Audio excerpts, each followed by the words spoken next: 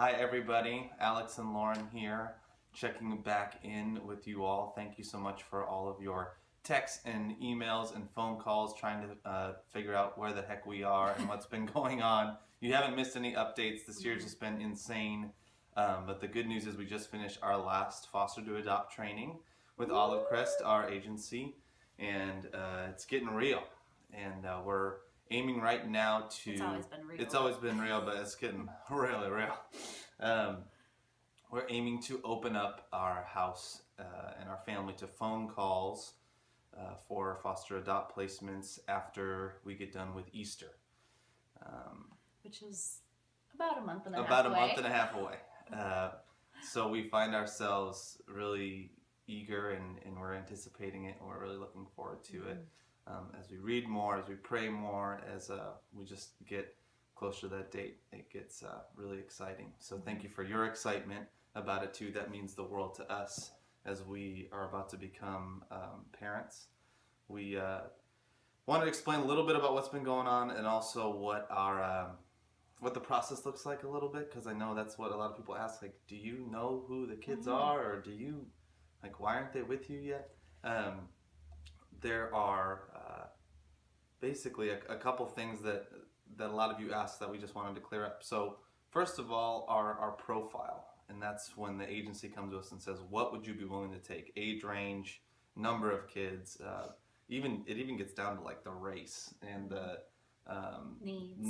special needs of kids. And so our profile, broad strokes, is 0 to 8 years old, and we're open to a sibling set. So brother, sister, sister and sister, brother, brother, that fall in that age range. There's a big need for that, and we're kind of anticipating that that's what we're going to get, because that's what the need is in the county. So we're prepping our hearts for that, and we'll just kind of see what our what agency specializes in placing sibling sets.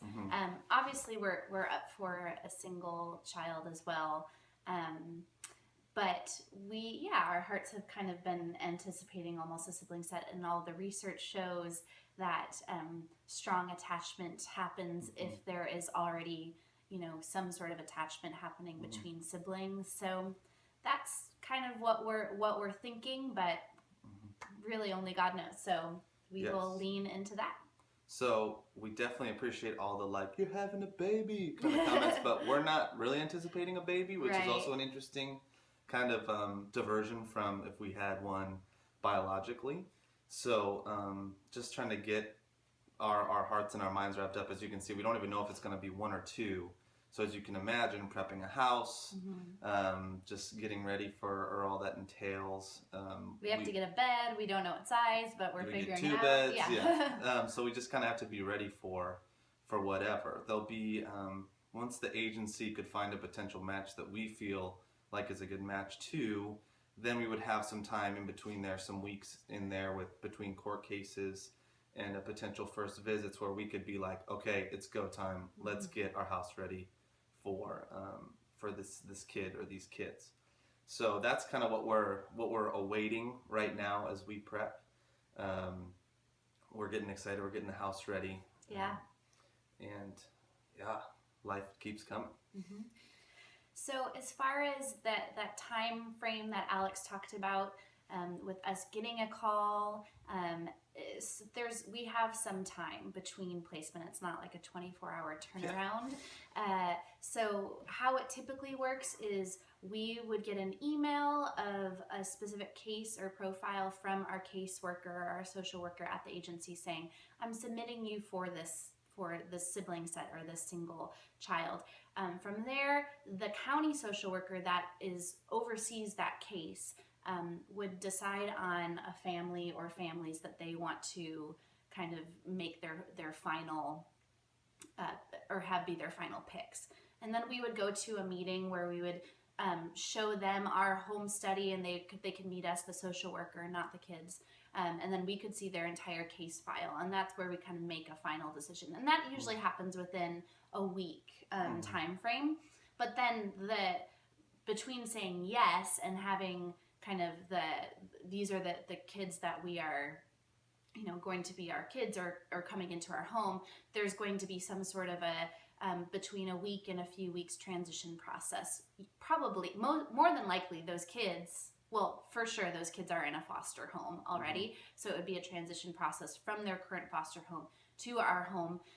And right now, a lot of the adoptions that are happening out of the foster care system are actually happening outside of San Diego and other counties. So we're kind of prepping for children coming from a different county. Riverside. We heard Riverside. Orange County. Yeah. Right. So there might be a little bit of distance of travel.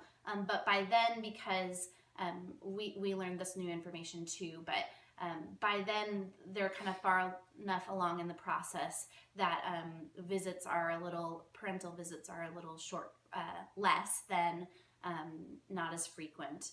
And the timeline to adoption is a little sooner than what we thought. Obviously, we don't want to speak too much into this because every case is different, and so we don't want to prepare our hearts for something that's could not, it could be a lot different for us. But we are kind of expecting for the process, once we get a phone call, to go within some sort of a 2-3 month, maybe a little bit more time frame instead of a longer time frame than we were thinking about, like 6 months to a year. For them to be fully adopted by us if parental rights are terminated and they're available. So but they'd be placed before that, so that's definitely a prayer request. Other needs, what other needs we got? Yeah, we're so thankful for our family, friends, and community. You guys have been so loving to us.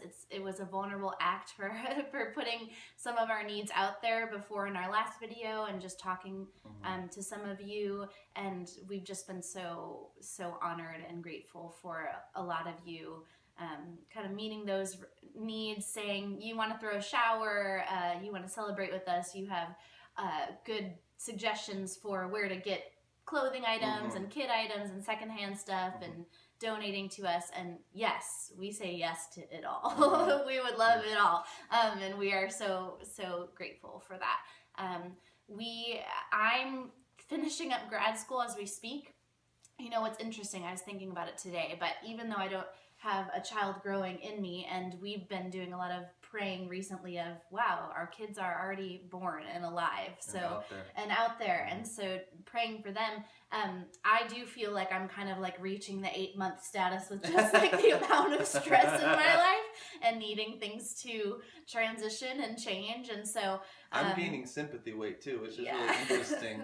I didn't know that could happen, but Hey, yeah, God makes it happen. Real humbling process. But so anyway, I am finishing up school within the next few months. I'm turning in my master's thesis in less than a month and a half, and getting the ball rolling to transition and make this kind of our priority. We're trying to create space within these first few months of placement to just really prioritize our home. And prioritize our kiddos. So thank you for the prayers. Thank you for the massive amount of support.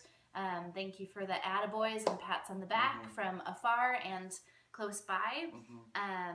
I would so love prayers and encouragement as I round out graduate school and we become parents, and also just how we continue to figure out how we stay in the foster care system or not afterwards. So I think we've exhausted our update. I'm sure that we're going on many minutes. So thank you for watching. Thanks, guys. Always ask questions if you have them. And once again, we are just so humbled and adore all of you for caring so much and for watching this. So love y'all.